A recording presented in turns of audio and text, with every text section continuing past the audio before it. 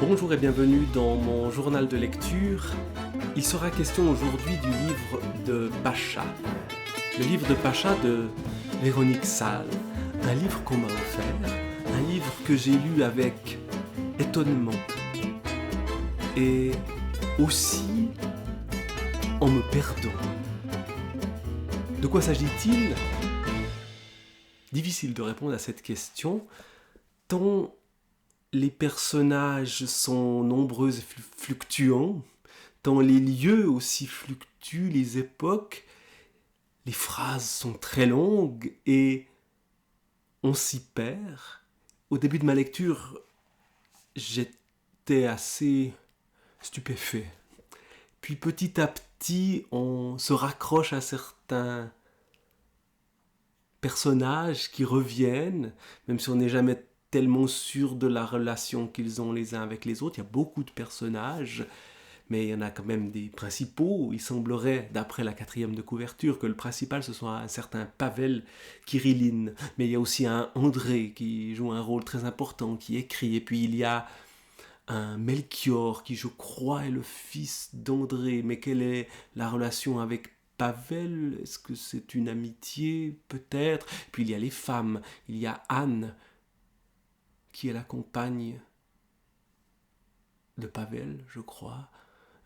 Et puis il y a aussi une Claire, et puis Prudence, la fille d'Anne. Et puis tous ces personnages s'entremêlent, leur destin s'entremêle. Il y a plein d'autres petits personnages secondaires qui apparaissent, qui disparaissent.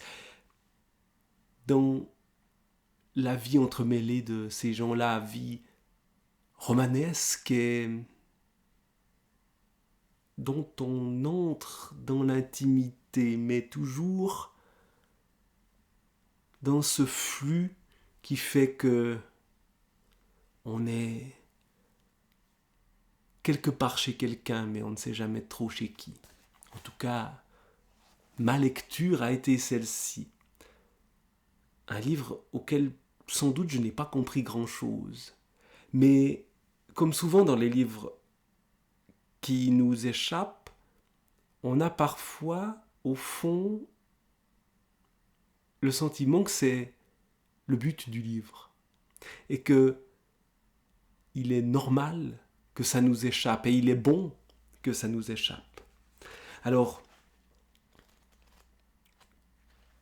face à cette stupéfaction de lecture, face à cette distance aussi par rapport au livre, eh bien, lisons quelques extraits pour s'y retrouver peut-être un peu ou pour s'y perdre encore plus.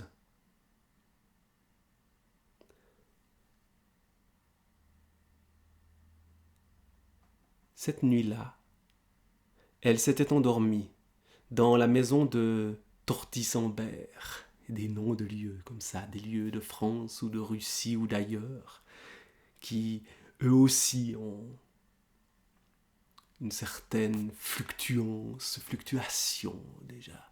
Le mot fluctuance, je ne suis pas sûr qu'il existe, mais on a envie d'inventer des mots comme on invente des personnages quand on lit ce genre de livre. Cette nuit-là, elle s'était endormie dans la maison de Tortissambert, après avoir écouté, sans rien dire, assise devant le feu, les voix des adultes. Elle avait été en Chine, c'est Pavel Kirillin qui lui en avait parlé. Il y était allé lui aussi, ou bien il vivait tout près, quand il était enfant, dans les marécages, avec les fées. Il y a peut-être aussi cette dimension fantastique de personnages dont on ne sait pas s'ils sont encore vivants, s'ils ont plusieurs vies, s'ils ne se sont pas aussi transformés. Son frère Platon, qu'on appelait Tosha, c'était le surnom que lui avaient donné les fées, son surnom d'enfant fée, la manière dont on l'appelait de préférence, parce qu'on l'aimait, s'asseyait au bord de l'eau avec leur petite sœur, la chère Tatiana. Il parlait aux grenouilles, car il venait lui-même du fond du marécage, et un jour y était retourné. Sans autre forme de procès, sans faire d'histoire, un frémissement à la surface de l'eau, le vent froid descendu des montagnes, la paix du soir. Ce que Tosha aimait par-dessus tout dans la maison de Kirilskoï, voilà un autre lieu après Tortizambert, Kirilskoï, un lieu qui est un lieu d'origine, semble-t-il, de ces personnages, Tosha, Platon, mais qui a disparu, et puis Pavel, et puis les autres. C'était la fête de Noël. Quand on préparait dès la fin du mois de novembre les oies et les cochons, les gâteaux de semoule, les fruits confits, la confiture, tout ce qu'on allait manger avec les oncles et les cousins. Le son des grelots résonnait dans la campagne, gelé bien avant qu'on les vît arriver. Ils s'arrêtaient devant le perron en faisant jaillir autour d'eux des copeaux de neige. Les chevaux tremblaient longtemps encore après s'être arrêtés pendant la semaine entière, étincelante de givre et de rire qu'allaient durer les cérémonies. Et ces phrases à rallonge aussi qui font peut-être qu'on ne sait plus trop bien de quoi on nous parlait au début de la phrase. En tout cas, j'ai souvent eu ce sentiment à la lecture de ce livre-là, que la phrase se poursuivait, mais que je ne savais plus de quoi on me parlait ou de qui on me parlait. Et voilà, ça flotte un peu. Alors il y a un plaisir et une frustration peut-être aussi dans ce genre de livre foisonnant et mystérieux. C'est alors qu'elle était devenue, comme elle disait, la femme de Pavel, sa femme pour la nuit, expliquait-elle, pour l'esprit corrigeait-il, qu'elle fut sollicitée par le représentant d'un ministère dont elle ne comprit pas le nom. D'en haut, de très loin, était venue la décision de lui conférer une décoration qu'on aurait de son vivant, si la vie lui avait fait crédit d'un peu plus de temps, attribuée à Trine, pour le récompenser de l'œuvre accomplie. Voilà un autre personnage, et son épouse ou sa veuve, qui se rapproche donc du personnage de Pavel, ici. Elle s'appelle Mira. Un vendredi soir, dans cette fin d'hiver qui s'étirait comme un brouillard insinuant déroulé au-dessus de la Seine à très basse altitude, elle se rendit à l'institut où elle était invitée et Pavel l'accompagna. Il y avait là des vieillards ravis de se trouver réunis, qui avaient applaudi, fait quelques commentaires, jaugé Mira.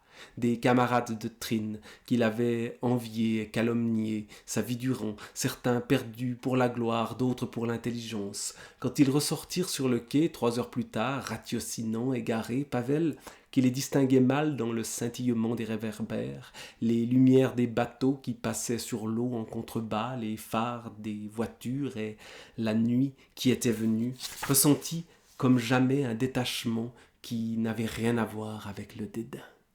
Et ces longues phrases où l'on entre dans l'intime des personnages, mais aussi dans ce que le moment a de concret et de particulier. On entre vraiment dans beaucoup de détails ici. Il y a donc Pavel, il y a Mira, il y a un André qui écrit aussi. Et puis, il y a un certain Melchior, qui est le fils de je ne sais plus qui, Anne, Claire. Tous ces prénoms défilent devant nous, tous ces personnages apparaissent, disparaissent, réapparaissent. On les oublie au fur et à mesure, et puis petit à petit, ils laissent quand même une marque. Et c'est peut-être ce qui ressemble dans ce livre-là à nos vies. Il y a aussi dans nos vies des personnages qui apparaissent, qui disparaissent, et qui laissent peut-être une marque.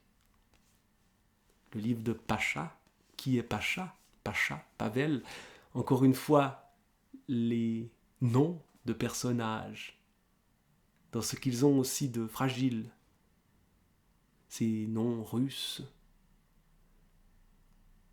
où on se perd aussi quand on lit des romans russes. Parfois, il faut plusieurs pages pour comprendre que, en fait, Pavel et Pacha, c'était la même personne. Et on l'appellera encore différemment un peu plus loin.